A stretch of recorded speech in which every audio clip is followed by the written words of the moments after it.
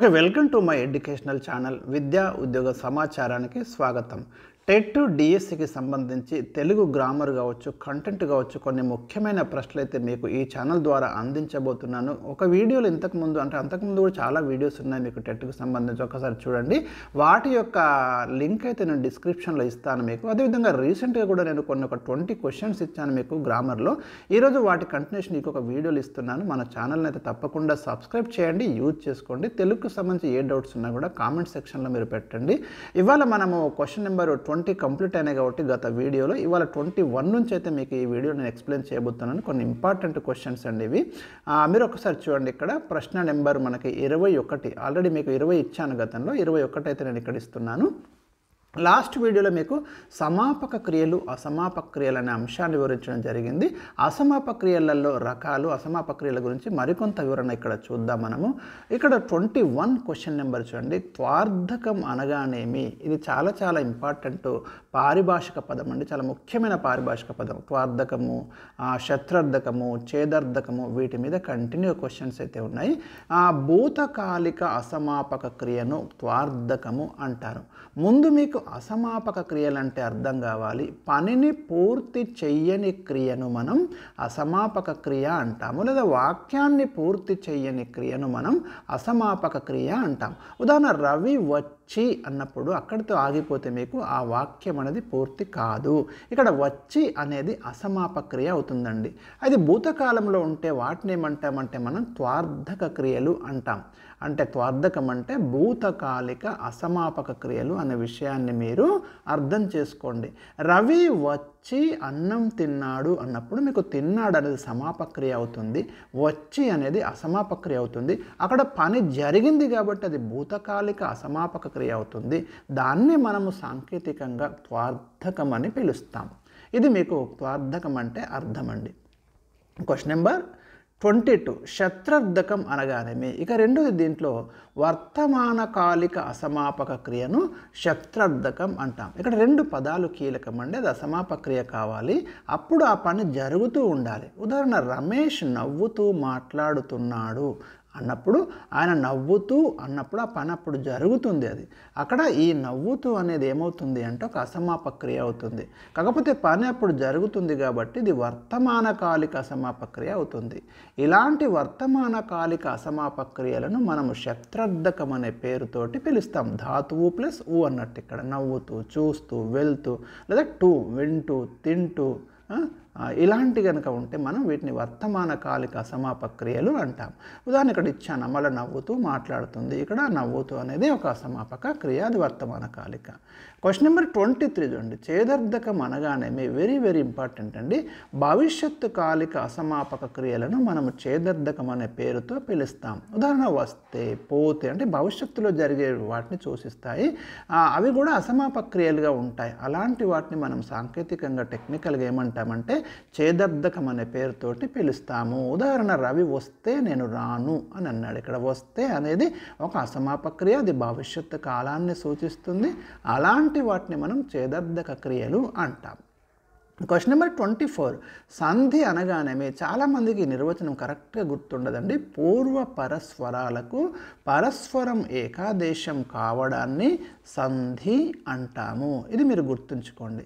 ఉదాహరణ, పూర్వస్వరం అంటే తెలియాలి, పరస్వరం అంటే తెలియాలి, ఏకాదేశం కావడం అంటే తెలియాలి. ఇక్కడ ఒకసారి మనం గమనిద్దాం. ఒక ఎగ్జాంపుల్ ఇస్తున్నాను. ఇక్కడ మీరు చూడండి. నేడు ప్లస్ ఇక్కడ అనే ఈ 2 పదాల మధ్య జరిగిన సంధి ఒక్కసారి మీరు గమనిస్తే నేడిక్కడ అనే సంధి జరిగింది. ఇక్కడ మీరు చూడండి. ఇక్కడ డు అనేది ఏదైతే ఉందో ఇక్కడ దీంట్లో ఉండేటటువంటి ఊను మనం ఏమంటామంటే పూర్వస్వరం అంటాం. అంటే మొదటి పదంలో ఉండే చివరి అచ్చు ఇక్కడ పూర్వస్వరం అంటే. ఇక పరస్వరం అంటే రెండవ పదంలో ఉండే మొదటి అచ్చును మనం పరస్వరం అంటాం. ఇక్కడ ఏం జరుగుతుంది? ఈ ఊ, ఈ 2 కలిసిపోయి నేడిక్కడ అన్నప్పుడు మీకు కేవలం ఈ మాత్రమే అక్కడ మిగులుతుంది, ఒకటే మీకు అక్కడ మిగులుతుంది. ఇలా వచ్చినట్టయితే దాన్ని సంధి అని పేర్కొంటాం. పూర్వ పరస్వరాలకు పరస్వరం ఏకాదేశం కావడాన్ని సంధి అంటారు. Question number 25. సంభావన పూర్వపద కర్మధారయ సమాసం అనగానేమి? ఇది సమాసాలలోకి వెళ్ళి తీసుకున్న ప్రశ్న అండి. మీకు సంభావన పూర్వపద కర్మధారయం అన్నప్పుడు ఇక్కడ ఒక సమాసంలో మనకు 2 పదాలు ఉంటాయి కదా. దాంట్లో మనకి మొదటి పదాన్నేమో పూర్వపదం అంటాము, రెండవ పదాన్నేమో ఉత్తర పదం అంటాం. రైట్. ఈ పూర్వపదం గనక సంజ్ఞ రూపంలో ఉన్నట్లయితే లేదా సంభావన రూపంలో ఉన్నట్లయితే అలాంటి సమాసాన్ని మనం ఏమంటామంటే సంభావన పూర్వపద కర్మధారయం అంటాం. ఉదాహరణ చూడండి, భద్రాచలం అంటాం. భద్రాచలం అన్నప్పుడు ఇక్కడ భద్ర ఒక పేరునైతే సూచిస్తుంది, ఒక సంజ్ఞను ఒక సింబల్ ఒక గుర్తునైతే సూచిస్తుంది. దీన్నే మనం సంభావన అంటాము. ఇక్కడ భద్రాచలంలో భద్ర అనేది పూర్వపదంగా ఉంది సంభావన, కాబట్టి ఇది సంభావన పూర్వపద కర్మధారయ సమాసం. ఇది గుర్తుంచుకోండి. అయోధ్య నగరం అన్నప్పుడు అయోధ్య అనేది అక్కడ సంజ్ఞగా ఉంది లేదా సంభావనగా ఉంది పూర్వపదంలో. ఇది కూడా సంభావన పూర్వపద కర్మధారయ సమాసమే అవుతుంది. ఇది కర్మధారయంలో రకాలు ఇవి. ఉత్వ సంధిని నిర్వచించండి అన్నాడు. మీకు తెలుగు సందులలోకి వెళ్ళి తీసుకున్న ప్రశ్న అండి. ఇక్కడ ఉత్తునకు అచ్చుపరమైతే సంధి తప్పక జరుగుతుంది. ఇది చాలా ఇంపార్టెంట్ అండి. ఉత్తునకు అచ్చుపరమైనప్పుడు సంధి నిత్యం అనేది మీరు గమనించాలి, తప్పకుండా జరుగుతుంది అనేది ఇక్కడ కండిషను. మీకు డైరెక్ట్గా అడుగుతారండి, ఉత్తునకు అచ్చుపరమైతే సంధి నిత్యం లేదా వైకల్పికం లేదా బాహుళం ఇట్లా ఇస్తాడు. కాబట్టి మీరు చూసుకోవాలి, ఇక్కడ నిత్యం అనేది మనకి పెట్టాలి. ఇక్కడ ఉత్తు అంటే మీకు హ్రస్వ ఉకారం అంటే మొదటి ఊనే మనం ఉత్తు అంటాం. అత్తు అంటే మొదటి ఆ అండి, హ్రస్వ అకారం. ఇత్తు అంటే మొదటి ఈ గుర్తుంచుకోండి. ఇక్కడ ఉదాహరణకు మీరు ఒక ఎగ్జాంపుల్ ఇచ్చాను ఉత్తు సంధికి. అతడు ప్లస్ ఎక్కడ అని ఇక్కడ 2 పదాలు మీకైతే ఉన్నాయి. మీరు చూడండి, ఈ పూర్వ పదంలో చివరి స్వరం ఏదైతే ఉందో ఊ, ఇక్కడ పరపదంలో మొదటి స్వరం ఏ, ఈ 2 కలిసినప్పుడు మనకి ఇది మిగిలింది, సంధి జరిగింది. ఇక్కడ అతడెక్కడ అనే రూపమే మనకి ఇక్కడ కనిపిస్తుంది. ఊ అనేది ఇక్కడ లోపించింది, మీరు గమనించండి. ఉత్వ సంధిలో ఉత్తునకు అచ్చుపరమైనప్పుడు సంధి నిత్యం, సంధి తప్పకుండా జరుగుతుంది అని అర్థం అండి ఇక్కడ. Question number 27. ఇత్వ సంధిని నిర్వచించండి. ఏం మ్యాదుల ఇత్తునకు అచ్చు పరమైతే సంధి వైకల్పికం అంటున్నాడు. ఇలాంటి పదాలు చాలా చాలా ఇంపార్టెంట్.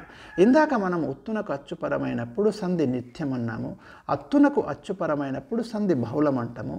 ఇక్కడ ఏమ్యాదుల ఇత్తునకు అచ్చుపరమైతే సంధి వైకల్పికం అంటున్నాం. వైకల్పికం అంటేనండి సంధి జరిగిన రూపం ఉంటుంది, సంధి జరగని రూపం కూడా ఉంటుంది. అంటే ఒకసారి సంధి జరగడం, ఒక రూపంలో సంధి జరగకపోవడాన్ని మనం వైకల్పికంగా భావిస్తాం. దీన్నే ఇత్వ సంధి అంటాం. ఏం వ్యాధులు అంటే మీరు ఏమర్థం చేసుకోవాలంటే ఏమి, మరి, ఇది, అది ఇలాంటి వాటిని మనము ఏం వ్యాధులు అని పేర్కొంటామండి. ఉదాహరణకు మీరు ఇక్కడ చూడండి, ఏమి ప్లస్ అయ్యే అన్నారనుకోండి. ఇక్కడ ఏం జరిగింది మీకు? ఏమయ్యే అంటే పూర్వ పరస్వరాలకు పరస్వరం ఏకాదేశం కావడాన్ని సంధి అంటాం కదా. ఇక్కడ పూర్వస్వరంలో ఈ, పరస్వరంలో ఆ, ఈ 2 కలిసినప్పుడు మీకు పరస్వరం మిగిలింది చూడండి, ఏమయ్యే. ఇది సంధి జరిగిన రూపం, ఇది నిత్యం అంటాం ఇక్కడ. అదే దానికి ఇంకొక రూపంలో కూడా మీకు జరుగుతుంది. ప్లస్ ఏమి ప్లస్ అయ్యే అన్నప్పుడు మీరు చూడండి, ఇక్కడ ఏమి అలాగే ఉందండి, ఇక్కడ ఏ మార్పు రాలేదు, ఇక్కడేమో మార్పు జరిగింది. ఏమి అయ్యే అదనంగా య అనేది మనకు చేరింది. ఈ యు చేరి ఆ కలిసిపోయి యా అనేది ఇక్కడ ఏర్పడ్డది. ఇక్కడ సంధి జరగలేదు, నిషేధం అంటాం. దీన్నే మనం ఎడాగమం అంటుంది. య ఆగమంగా వచ్చింది కాబట్టి, ఆగమంగా అంటే ఏంటిది? దేన్ని డిస్టర్బ్ చేయకుండా, అంటే దేన్ని కూడా కదిలించకుండా అదనంగా వచ్చేరింది ఇక్కడ యా అనేది. అందుకే ఎట్ అంటాం, ఎడాగమం అంటున్నాం. అంటే ఇక్కడ సంధి జరగలేదు, నిషేధం అన్నట్టు. రైట్. సంధి జరగని రూపం ఉంది, సంధి జరిగిన రూపం కూడా మీకు ఉంది. కాబట్టి దీన్ని ఏమంటామంటే వైకల్పికం అంటాము. అంటే ఒకసారి సంధి జరగడం, ఒకసారి సంధి జరగకపోవడం. అదే చెప్పిన ఇక్కడ ఏమ్యాదుల ఇత్తునకు అచ్చుపరమైనప్పుడు, అచ్చు అంటే ఇదండి, అచ్చుపరమైనప్పుడు సంధి వైకల్పికం జరగవచ్చు, జరగకపోవచ్చు, 2 రూపాలు కూడా ఉంటాయని ఇక్కడ అర్థం చేసుకోవాలి. 28 ఇక్కడ ఇచ్చాను. సంధి జరగనప్పుడు ఎడాగమం వస్తుంది, అదే గుర్తుంచుకోండి. వైకల్పికం లేదా వికల్పం అనగానే ఒకసారి సంధి జరిగి మరొకసారి సంధి జరగకపోతే దాన్ని వైకల్పికం లేదా వికల్పం అంటారు. ఇందాక చెప్పాను. పర్యాయ పదాలు అనగానేమి అనే ప్రశ్న ఇచ్చాను. సమానార్థక పదాలండి. పర్యాయ పదాలు అంటే సమానార్థక పదాలు అనగా ఒకే అర్థాన్ని ఇచ్చే పదాలను మనము పర్యాయ పదాలు అంటాము. ఉదాహరణ ఆకాశం ఉందనుకోండి, ఇంకా ఏమనొచ్చు మనం? గగనం అనొచ్చు, నింగి అనొచ్చు. ఇలా ఇదే అర్థాన్ని ఇస్తున్నాయి కాబట్టి వీటిని పర్యాయ పదాలు అంటాం. భూమి ఉంది, వసుధ, ధరణి. కోరిక ఉంది, ఆకాంక్ష, వాంఛ. ఇలాంటి సమానమైన అర్థాన్ని ఇచ్చే పదాలను మనము పర్యాయ పదాలు అంటాము. ఒకే అర్థాన్ని ఇచ్చే పదాలు అన్నట్టువి. ఇక సవర్ణ దీర్ఘ సంధిని నిర్వచించండి. ఇవన్నీ టెక్స్ట్ బుక్లోకి వెళ్ళి తీసుకున్న ప్రశ్నలు అండి. అంటే మీకు దాంట్లో ఆర్డర్ ఉండకపోవడం వల్ల అదే ఆర్డర్లో తీసుకున్నాను. కొంచెం అటు ఇటు అవుతుంది. ఒకటి సమాసం నుండి, ఒకటి సంధి నుంచి కూడా రావచ్చు. No problem. మీకు తెలుగు గ్రామర్ మీద పూర్తి పట్టు ఉంటే ఎక్కడి నుంచి ఇచ్చినా కూడా కొంత ఇన్ఫర్మేషన్ అవసరం కాబట్టి ఇవ్వడం జరిగింది. ఆ ఈ ఊ రూలకు అవే అచ్చులు. సవర్ణాలు అంటున్నాను. సవర్ణాలంటే సమానమైన అచ్చులు, సమానమైన వర్ణాలని అర్థమండి. ఆ ఈ రూలకు అవే అచ్చులు పరమైనప్పుడు వాటి దీర్ఘాలు ఏకాదేశంగా వస్తాయి. రెండింటి స్థానంలో ఒకటే వస్తుంది. ఉదాహరణ మీరు చూడండి, హిమ ప్లస్ ఆలయం అన్నాం. ఇక్కడ చూడండి, ఆ ఉంది. ఈ పూర్వ స్వరం ఇక్కడ ఆ, ము ప్లస్ ఆ అన్నట్టు హిమ అంటే. ఇక్కడ ఆలయం అంటే మొదటి స్వరమేమో ఆ ఉంది, పరపదంలో మొదటి స్వరం ఆ ఉంది. ఈ రెండు కలిపినప్పుడు మనకు పరస్వరంలో ఉన్నటువంటి ఆనే వచ్చింది. ఇక్కడ హిమాలయం అంటున్నాము. మీరు గమనించండి. ఇలా ఆ ఈ ఊ రూలకు సవర్ణములైన అచ్చు పరమైనప్పుడు వాటి యొక్క దీర్ఘం అంటే ఇది, వాటి యొక్క దీర్ఘమే ఏకాదేశంగా రావడం అనేది జరుగుతుంది. మాతృ ప్లస్ రుణం, చాలామంది కన్ఫ్యూజ్ అవుతారు. ఇక్కడ రూ మొదటి అచ్చు, దాని పక్కన సవర్ణమైన రూ ఉంది, దీర్ఘం వస్తుంది, మాతృణం అవుతుంది. గుర్తుంచుకోండి. ఇలాంటి స్పెసిఫిక్ ఎగ్జాంపుల్స్ మీద ఎక్కువగా ఫోకస్ చేస్తారంటే కన్ఫ్యూజ్ చేయడానికి, అది గుర్తుంచుకోండి. ఇక ద్విగు సమాసం నిర్వచనం ఏమిటి?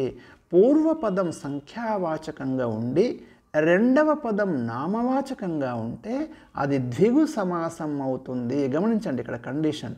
పూర్వపదం ఎట్లుండాలి? నెంబర్ను సూచించాలి. రెండవ పదం ఎట్లా ఉండాలి? నామవాచకంగా ఉండాలి. అది ద్విగు సమాసం అవుతుంది. డైరెక్ట్గా అడుగుతాడండి, చిన్నగా మీకు కన్ఫ్యూజ్ చేస్తాడు, అంతేం చేయడు ఇక్కడ. ఉదాహరణ నవరసాలు అన్నాం. నవ అంటే సంఖ్యను సూచిస్తుంది, రసం అంటే ఒక నామవాచకాన్ని సూచిస్తుంది సాధారణంగా, అది పేరు అన్నట్టు. నవరసాలు 9 సంఖ్య గల రసాలు, ఇది ద్విగు సమాసం అవుతుంది. కన్ఫ్యూజ్ కాకండి. చతుర్వేదములు 4 సంఖ్యగల వేదములు. వేదములు అనేది నామవాచకం అవుతుంది, 4 అనేది ఇక్కడ సంఖ్యను సూచిస్తుంది. ఇది ద్విగు సమాసం. క్వశ్చన్ నెంబర్ 33, ధృత ప్రకృతికాలు అనగానేమి? చాలామందికి ఇది కన్ఫ్యూజన్ అండి. ఎక్కడైనా మీరు గుర్తుంచుకోండి, చివరన నకారము కలిగినటువంటి పదాలను ధృత ప్రకృతికాలు అంటారు. ఉదాహరణ మీరు చూడండి, పూచెను, వచ్చెన్ అనే 2 రూపాలు ఉన్నాయి ఇక్కడ. ఇక్కడ ను అనేది ఒక నకారం అండి, ను నకారం అండి. ఇలాంటి పదాలను మనము ధృత ప్రకృతికాలు అంటాం. మీకు ఇక్కడ కొంత ఇన్ఫర్మేషన్ అవసరం. దాని పూచెన్ అనే పదము లేదా పూచన్ అని కూడా రాయొచ్చండి, నో ప్రాబ్లం. ఇక్కడ పూచన్ అని రాసినప్పుడు మీరు దీన్ని తొలగించండి అనుకోండి, ఈ పదం యొక్క అర్థంలో ఎలాంటి మార్పు రాదండి. ఇలా ఉన్నప్పుడే మనం ధృత ప్రకృతికం అంటాం. అంటే ఆ చివరనున్న నకారాన్ని తీసివేసినప్పటికీ దాని యొక్క అర్థంలో మార్పు రాకపోతే అలాంటి వాటిని మనం ధృత ప్రకృతికాలు అంటాం. వచ్చెన్, మీరు ఇక్కడ ను అనేది తొలగించినట్టయితే వచ్చే అనే పదం ఉంటుంది, అది కూడా కరెక్టేనండి. వచ్చే అని కూడా అనొచ్చు మనం. మన ప్రాచీన కావ్యాలు మీకు ఆ రూపాలు కూడా ఉంటాయి, ఈ రూపాలు కూడా ఉంటాయి. కాబట్టి ఇలాంటి వాటిని ఏమంటామంటే మనం ధృత ప్రకృతికాలు అంటాం. అంటే చివర ఉన్న నకారాన్ని తొలగించినప్పటికీ కూడా దాని యొక్క అర్థంలో మార్పు రాకూడదు. మీరు విభక్తి ప్రత్యయాలు నేర్చుకునేటప్పుడు నిన్, నున్, లన్ అని రాస్తారు. ఇక్కడ ను అనేది లేకున్నా ప్రాబ్లం లేదు, నీ, ను అని ఉంటాయి. మీరు గమనించండి, మనం ప్రొనౌన్సియేషన్ కోసం అయితే ను అనేది అక్కడ చేరుస్తాం. నిన్, నున్, లన్. అక్కడ నీ, ను, లా అనేది మీరు గుర్తుంచుకుంటే సరిపోతుంది. ఇలాంటి వాటిని మనం ధృత ప్రకృతికాలు అంటాం. విభక్తి ప్రత్యయాలు విగ్రహవాక్యంలో ఉండే సమాసాలు ఏవి? రైట్, అవి తత్పురుష సమాసాలండి. ఉదాహరణకు మీకు ప్రథమ తత్పురుష, ద్వితీయ తత్పురుష ఇట్లా ఉంటాయి కదా, అందులో మీకు విభక్తి ప్రత్యయాలు ఉంటాయి విగ్రహవాక్యంలో. విగ్రహవాక్యం అంటే ఏంటిది? ఒక సమాసాన్ని విడదీసి రాస్తే దాన్ని విగ్రహవాక్యం అంటాము. మీరు గమనించండి.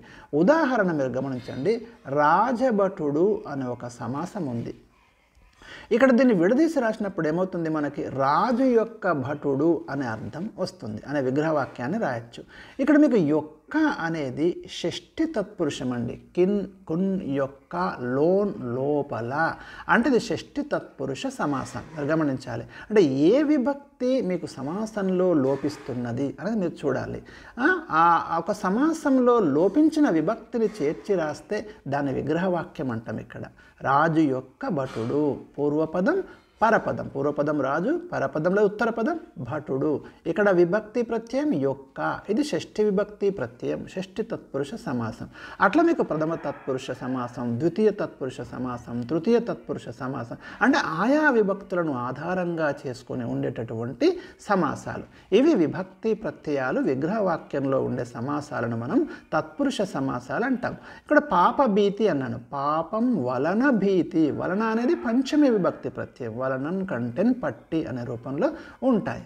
ఓకే, ఇవాళ మీకు 34 క్వశ్చన్స్ మరి ఇవాళ నేను ఇచ్చాను. మిగతా క్వశ్చన్స్ నెక్స్ట్ వీడియోలో ఇస్తాను. చాలా చాలా ముఖ్యమైన ఇంపార్టెంట్ ఇన్ఫర్మేషన్. మరి వీడియోని లైక్ చేయండి, షేర్ చేయండి. Thank you for watching.